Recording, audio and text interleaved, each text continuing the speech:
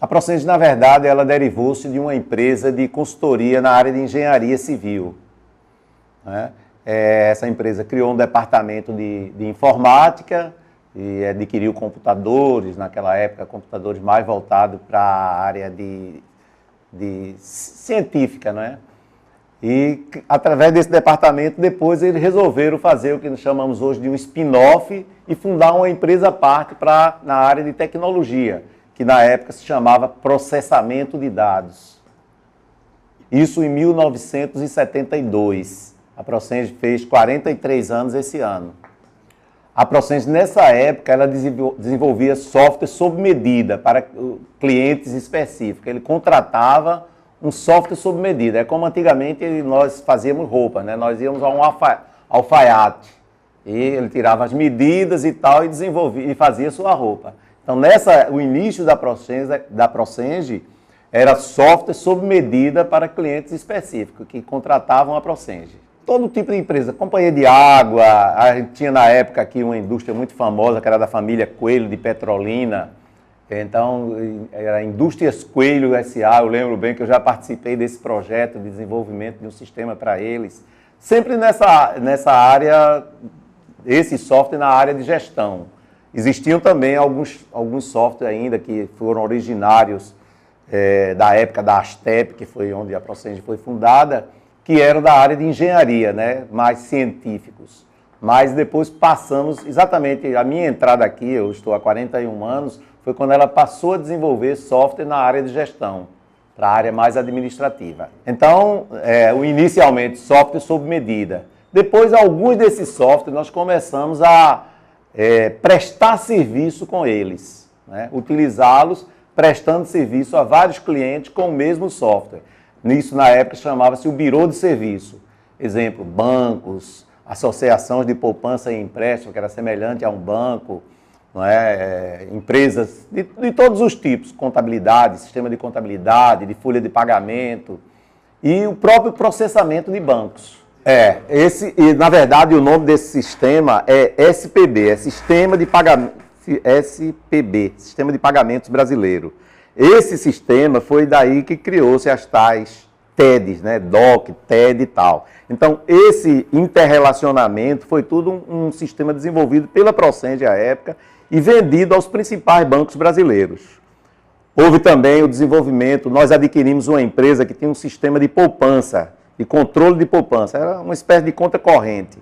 E nós compramos essa empresa que tinha esse sistema, nós redesenvolvemos ele, pegamos a tecnologia do negócio, né, como era que o negócio era, e desenvolvemos um novo sistema de poupança. E vendemos ao Banco do Nordeste, Banco do Brasil, vários bancos estaduais que existiam naquela época, além de algumas associações de poupança e empréstimo do estado de Sergipe, estado de Alagoas e estado da Paraíba, por exemplo. Essa fase que eu acabei de falar é a fase do Birô de Serviços, né?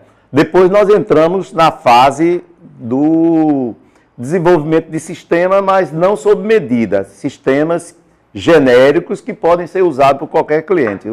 O maior exemplo disso é o software de gestão que nós temos, chamado ERP, né? Quer dizer, o nome clássico dele é ERP, mas o nosso, a marca Pirâmide. Então, o Pirâmide é um software que se aplica a todo tipo de empresa, exceto a administração direta do governo, porque é uma coisa bem específica. Ele não se aplica nem a isso nem a banco, mas todos os demais tipos de empresa, comércio, indústria, serviços, até terceiro setor mesmo, ele se aplica também.